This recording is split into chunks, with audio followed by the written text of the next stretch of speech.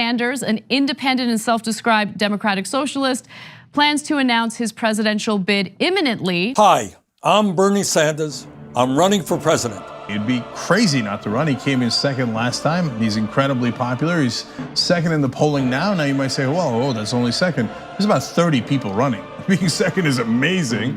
And the guy in first is Joe Biden, who has never held on to a lead in his life at the presidential level. He's been a senator, or had been a senator for a long time in Delaware, but every time he's run for president, he's run right into a brick wall. So that puts Bernie Sanders in an excellent position. On top of that, last time he raised nearly $250 million, if I remember right, from just small dollar donations. So he's got this enormous base. And finally, the thing that everyone in the establishment press is underestimating, he has gigantic name recognition. Look, I'm all in for Bernie. Bernie can win, and if he does jump in, as it looks like he's going to, I got him at pole position #1. Bernie Sanders is gonna win. I can't wait for him to be president. I would argue that Biden's support is kind of based on hot air and nostalgia about the Obama administration and the return to normalcy. But once voices start to get heard, I think that's gonna matter a lot less. There's a cult of loving Obama with the Democratic electorate. I'm allowed to lie about you. You're not allowed to say anything about me. Some people might find that gross, some people might disagree with that, but hey, that's democracy, right? I have no respect for you. I don't care. Emma? The Biden fade has begun. Does anyone think that Joe Biden, after losing the lead, is going to retake the lead?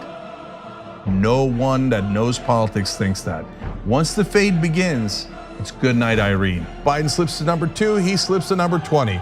There's no comeback for Biden. His support is paper thin. It's all based on name recognition. The minute that people find out about his plans, boom, like the Hindenburg. So we are in mid-Hindenburg as we speak. Biden's in a world of trouble. Bernie Sanders is gonna be the nominee, I'm telling you right now. No, Bernie Sanders is gonna win this race. And I'm telling you right now, and it's not just, hey, let's go fight, it's also a prediction. Bernie Sanders may have eked out the most votes in Iowa and New Hampshire. But if you look at the numbers more closely, it shows a candidate hitting a ceiling rather than a glide path to the nomination. In both states, Sanders garnered almost the same percentage of the vote. Check this out, 26.5 and 25.6% respectively. Compared with Buttigieg, earning similar amounts as well. Now, Sanders can blame the large field of candidates, but Donald Trump got 35% in New Hampshire in 2016 in a similarly crowded field. Sanders often makes the case for enthusiasm. That is, people are more fired up, and he's better able to bring new voters into the fold as a result. Well, if you look at the combined percentages among the centrist candidates, they do much better than the progressives, earning 51% of the vote in Iowa and 52% in New Hampshire. Then there's turnout. Tuesday's New Hampshire primary broke the record set in 2008 with an 18% increase in overall turnout compared with 4 years ago, but a decline in the groups that tend to support Sanders. The amount of 18 to 29-year-old voters was down 5% on Tuesday night compared to when Sanders swept the Granite State in 2016. And the amount of very liberal voters was down the same amount compared to 2016 as well. Those kinds of numbers do not favor the Sanders campaign, and actually it could just get tougher. Iowa and New Hampshire were near perfect places for Sanders to flex his progressive muscle. Both were states he'd organized in before, one being next door to his home of Vermont. But there are very few other contests with as friendly of electorates to Sanders as those first two states of Iowa and New Hampshire. Super Tuesday is coming up just a couple days later, and it's looking great for Bernie Sanders. I have no doubt that if Biden wins, he's gonna have a great Saturday night. But what is Monday and Tuesday? What are those gonna look like? Looking to California, to Texas, across the map, the polls are looking great for Bernie Sanders. I know Joe. We know Joe. But most importantly, Joe knows us.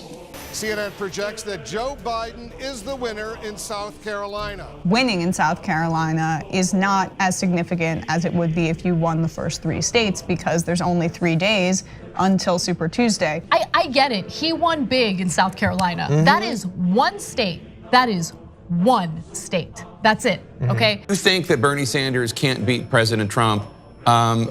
Why do you think that you will be able to beat him, given the fact that Bernie does have more enthusiasm among young people? Enthusiasm does not necessarily translate into votes. You saw more people voted yesterday in South Carolina, I'm told, than I think in the primary than any other time, the largest turnout. And I won every single solitary county. People aren't looking for a revolution, they're looking for results. I do think that Sanders, the early voting for Sanders and people dropping out really late is just a blessing in disguise for Bernie. So I think if they dropped out earlier, maybe before South Carolina, it would be a totally different story. But the early voting momentum, the rallies that Sanders have been having, taking people from the rallies to early voting locations have been really, really helpful. I think a lot of the endorsements and the unification of the moderates came just too little too late. If the candidates didn't have such big egos like Amy Klobuchar and Pete Buttigieg and all of the other ones, they would drop out. Now everyone's so happy in the establishment circles that Biden had this decisive victory. I don't think it's going to last long. I think the honeymoon stage will be very quick because Bernie's going to do so well, in my view, on Super Tuesday. Buttigieg, Klobuchar, O'Rourke, all in Texas, all through their support behind Joe Biden. I see a lot of assumptions about the motivations of people like Amy Klobuchar, Pete Buttigieg, Elizabeth Warren, that presume that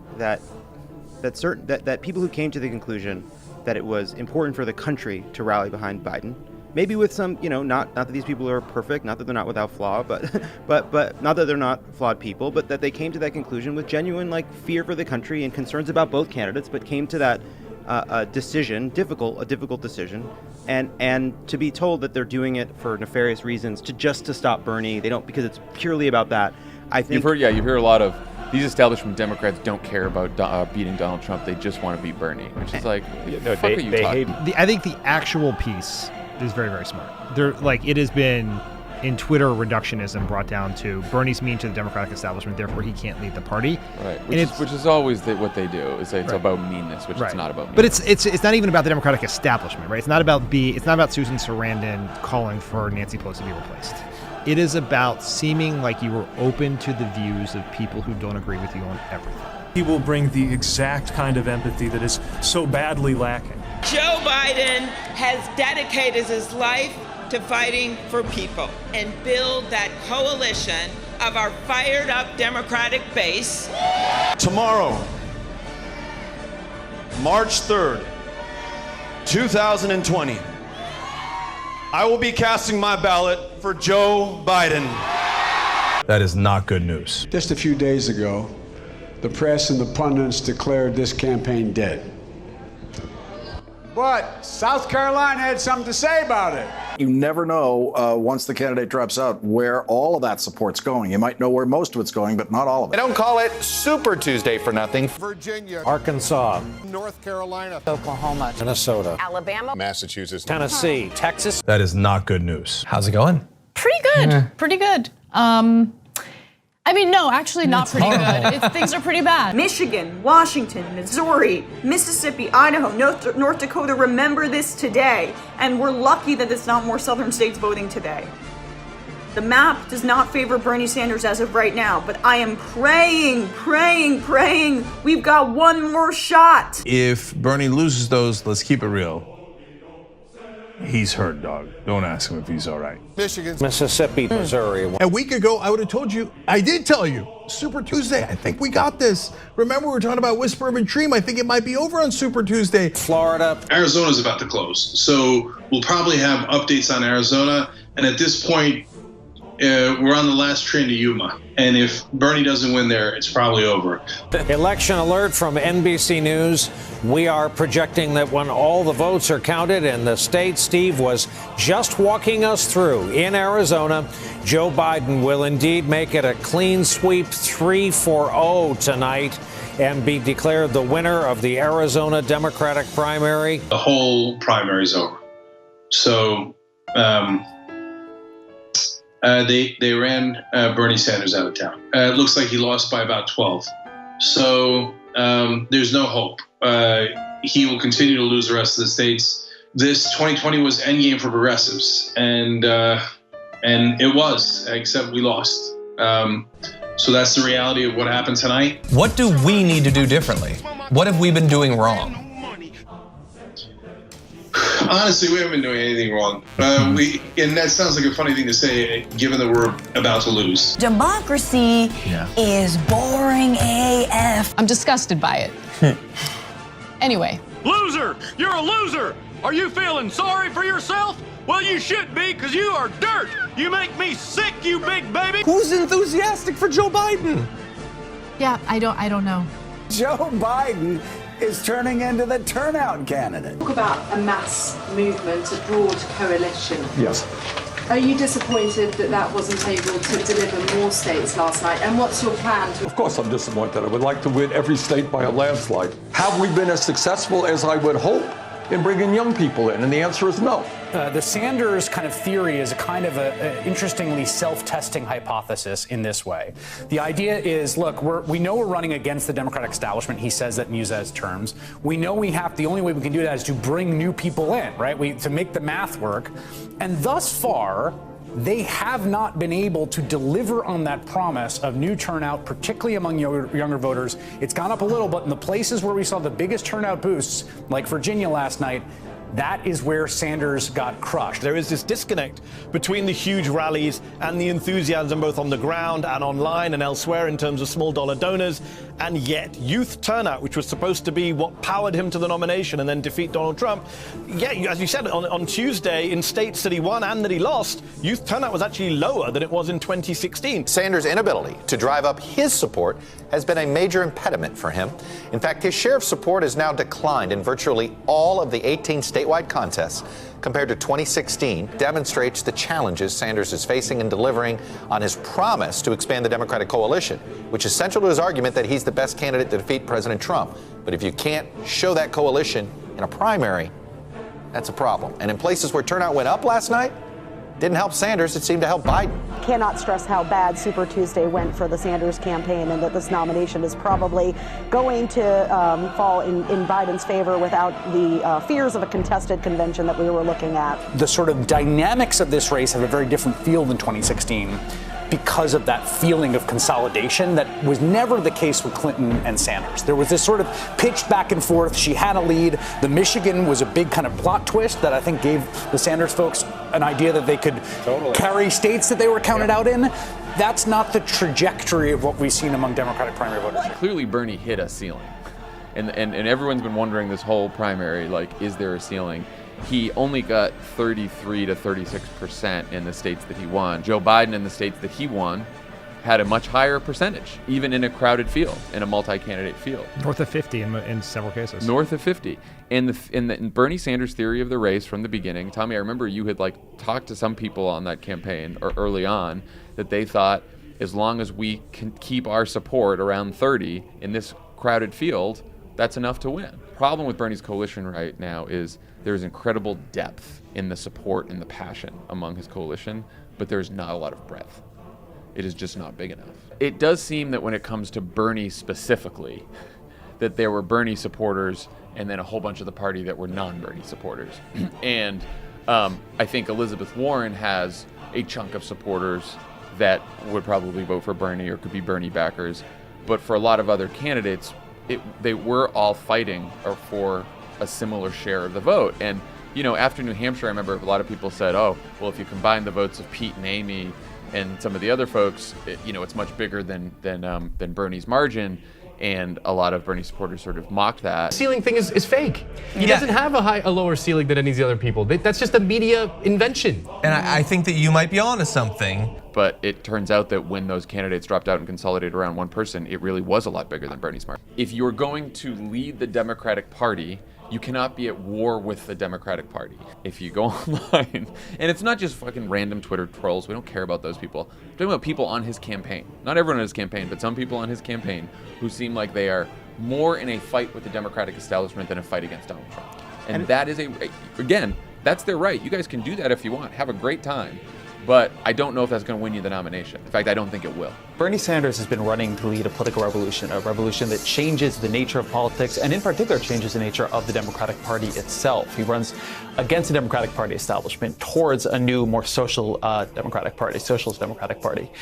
Joe Biden wants to lead the Democratic Party as it exists right now, and that has turned at this point into an advantage for him. One of the really key things that happened over the past week or two in the primary, after Iowa and New Hampshire, Sanders really was in the lead. You looked at the polling, you looked at the betting markets, but it was really interesting what didn't happen. There were no big endorsements. You didn't see establishment figures, even liberal ones like Sherrod Brown or Tammy Baldwin, coming around his campaign. And then after South Carolina, when Biden got that big Jim Clyburn endorsement that helped catapult him to a huge win there, and then he got the Amy Klobuchar endorsement, Pete Buttigieg, Harry Reid, Beto O'Rourke, you began seeing that party decides dynamic. And that really comes from Joe Biden doing that inside work inside the Democratic Party to try to lead it and sort of tell the other players within it that he's going to be somebody they can count on. And as Democrats, who are the ones who primarily vote in Democratic primaries, looked at the people they trusted, that signal ended up being really important to them. So the argument I make in this piece is that if Bernie Sanders wants to become the leader of the Democratic Party, he's got to actually try harder to lead the Democratic Party, not just take it over. All of those things, I think, bespeak the larger problem within his messaging, that it does not seem, fairly or unfairly, open to the people who do not agree with him on everything. And that's how you end up with a ceiling on your number. And if you can't do that in a Democratic Party where you agree on 85 to 90% of the solutions and 100% of the goals, then you're not going to be able to do that in government. I'm done with this shit, Rob. The man's a fraud, blood. I've been saying it for fucking months, blood. The man's a fucking fraud, blood. People need to open their fucking eyes, blood. It's done. He's finished. He's finished, blood. He's extinct. He's finished. He's fucking finished, blood. For 3 months, we were talking about how Joe Biden had no money. Joe Biden was broke. Joe Biden's campaign couldn't spend money in Super Tuesday states. We laughed at him for not campaigning in any of the Super Tuesday states. Biden won without any money. He won with hardly any political organization. He won on momentum, reputation, and name recognition. We had a primary, but we lost. And next time we got to do better in the primary. Remember, this is all about November. All across the spectrum of the Democratic Party, and people are saying, we made our decision, this is who we're going with. We can't diss these Democratic voters who are just coming out in every corner of this country saying, let's get on with this thing. Now, our mission as a party is to defeat Donald Trump. Thank you for reminding me. Thanks, Obama.